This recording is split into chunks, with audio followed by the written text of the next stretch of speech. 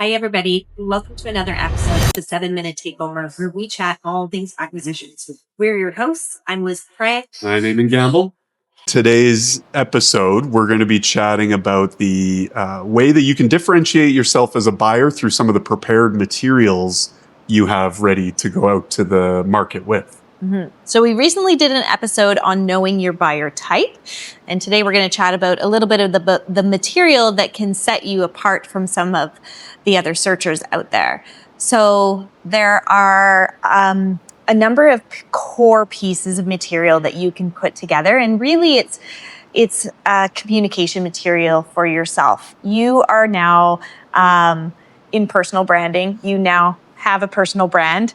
And you This makes some people a little bit nervous, I think. It does, but you're going to have to get really comfortable with being uncomfortable talking about yourself. And why do you need a particular brand? Why is my name not strong enough to go out to the market with? You know, what is good branding? Why is it important? It's important. The market is getting more competitive. And so in terms of brokers are getting a lot of inquiries from different types of buyers. And again, as we talked about in the last episode, they're trying to understand who you are. And the faster they can understand who you are and that you're truly motivated to acquire a business, the more attention they will provide to you. So, for example, if you've got some pre-prepared material that you're sharing with them versus someone who contacts them who just broadly states, well, I'm looking for a business to buy in the Toronto area and, maybe in this price range, and I'm agnostic, versus someone who has clearly branded material that they've prepared and put some thought and intention to, you're going to stand out differently. Yeah, it makes it a lot easier for those people to send your materials around as well when it's well defined. But we're maybe getting ahead of ourselves. What would you say is the core of the branding assets that every buyer should have before approaching the market? So first you want to let sellers or brokers know, and depending on how you're sharing this material, you may have a couple versions of it. So it always has your personal biography in it, what you've done before now, what accomplishments you've had in your career. It might mention projects that you're proud of and that you've had success in to show your operational experience and really some milestones that you've reached in your career path.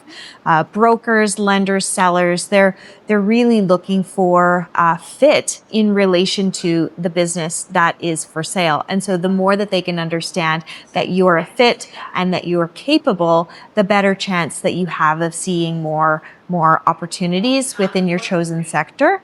So that's one of the first piece. Another piece is your search criteria. Yeah, and so all of this can be in component parts that you can send out separately, but you've probably got a pitch deck for those more formal introduction occasions that includes that bio, your search criteria, and something that lets them know a little bit about you. Again, you want to be memorable, so whether it was something that you were involved with that you found to be successful, your thesis of management, your investment thesis, all of these more qualitative pieces that can give a broker or seller comfort that they're dealing with, a qualified buyer that's going to take this company in a positive direction. Yep. So let's chat about format. So usually we see the most success with documents that are, not a full pitch deck. It's not a full length presentation, but brokers get a lot of these, and so 1 to 2 pages, a quick summary. Some people do put together a longer version. Also, they might use that longer version if they're raising capital from investors. But usually for the brokers and M&A advisors, it's a quick 1-2 pager, and always including your contact information so that they can get back to you.